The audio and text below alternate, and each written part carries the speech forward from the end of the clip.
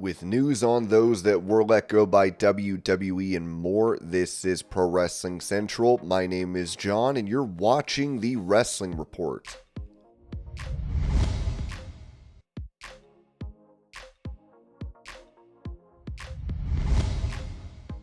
Providing an update on a recently released WWE star, Ringside News noted that Cedric Alexander isn't wasting any time during his free agency, and he just made a major move. Alexander has officially signed with Paragon Talent Group for representation as he navigates his next chapter outside WWE, led by Steve K and Dean Mutati, formerly Mojo Rawley in WWE. Paragon Talent Group boasts a client list featuring some of the biggest names in the business, including Darby Allin, Mercedes Moné, and Ric Flair. Alexander confirmed his WWE release on February 7th and is currently under a 90-day non-compete clause. Once that expires, he'll be free to wrestle anywhere, and according to Alexander, that's exactly what he plans to do. During his WWE run, Alexander held the Cruiserweight Championship, 24/7 Championship, and Raw Tag Team Championship. He first joined the company in 2016 following an impressive performance in the Cruiserweight Classic and had recently signed a new WWE deal in September 2024, making his release all the more surprising.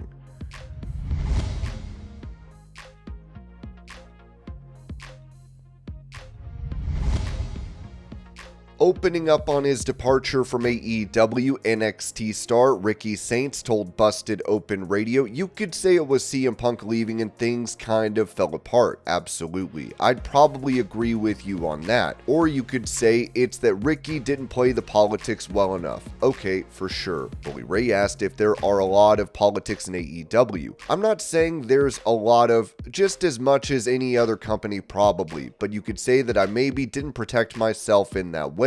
There's so many things that you can say. What I can say for myself is that when I got hurt in March, that was it. I never came back, and even then, I wasn't hurt. It was a precaution thing where I got scared because I got a stinger, and then I was fine. After that, no. No dice, no communication, no nothing, and that is okay because if someone was mad at me, and the reason I say it was okay because I ended up here and it's fine. Everything worked out. I don't know explicitly where it went wrong. I can't point to one thing.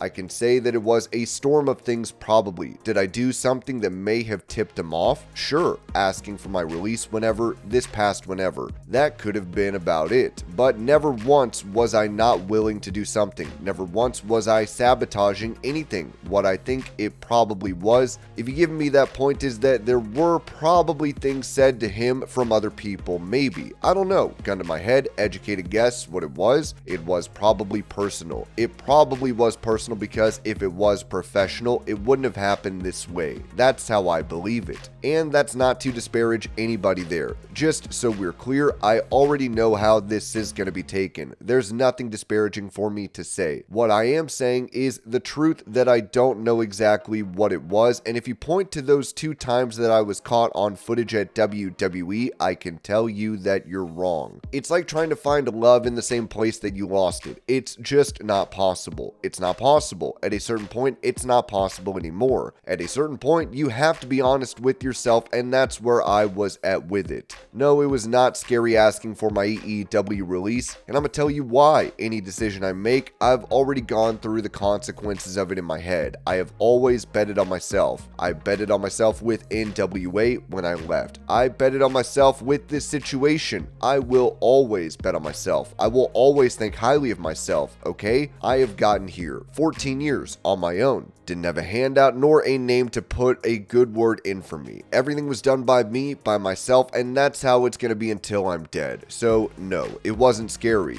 What it was this was just at the point where it only made sense to me. Hey, nothing's happening. Let's just be done. Let's just quietly be done. And then for some reason, all my information gets leaked.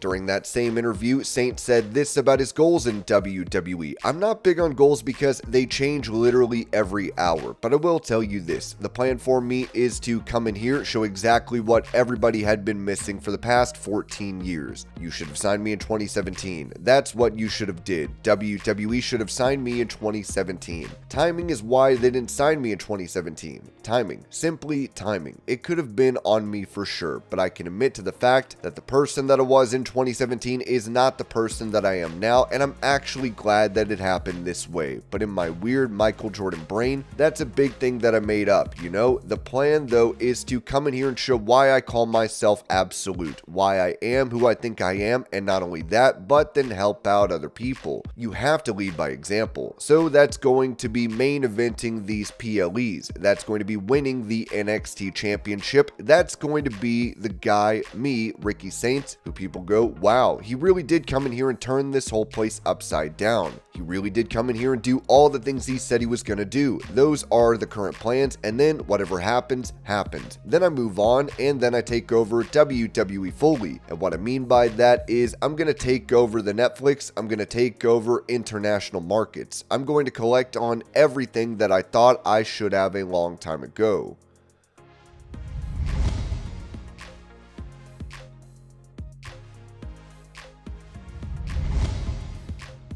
Addressing her recent release from WWE, Sonya Deville noted on her YouTube channel, "I got the call. My contract was not being renewed with the WWE. I got the phone call. We were in the middle of negotiations, so I thought the phone call was going to be middle ground that we met on, an agreement on a contract. It was, we are not renewing your contract." I was shocked. At the end of the day, it's a business. I think business-minded, for whatever the reason is. I don't know the reason, and I could sit here and try to come up with one or guess. It was definitely that. I said or did that. I put 150% effort in the entire 10 years, but most importantly, the last 3. I went down to the Performance Center on my own time, moved there for 2 months to train to get the rust off. I'm excited. I have a lot of things coming up.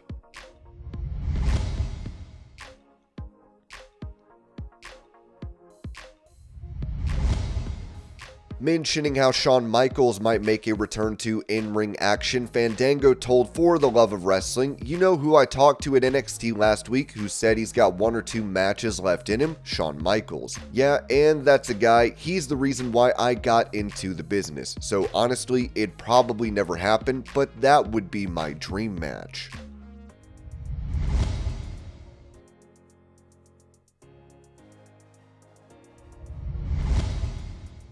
With it previously noted that Shane McMahon had a private meeting with AEW President Tony Khan, this was said regarding the status of their relationship. As Jonathan Coachman said on Behind the Turnbuckle, "I remember that picture that surfaced with Shane McMahon meeting Tony Khan, and there was all this speculation that he wanted to come into AEW. Then, all of a sudden, that talk just disappeared. Well, I have it on good authority that Shane McMahon asked for the world. He wanted equity in the company, and he wanted to come in and run the entire show.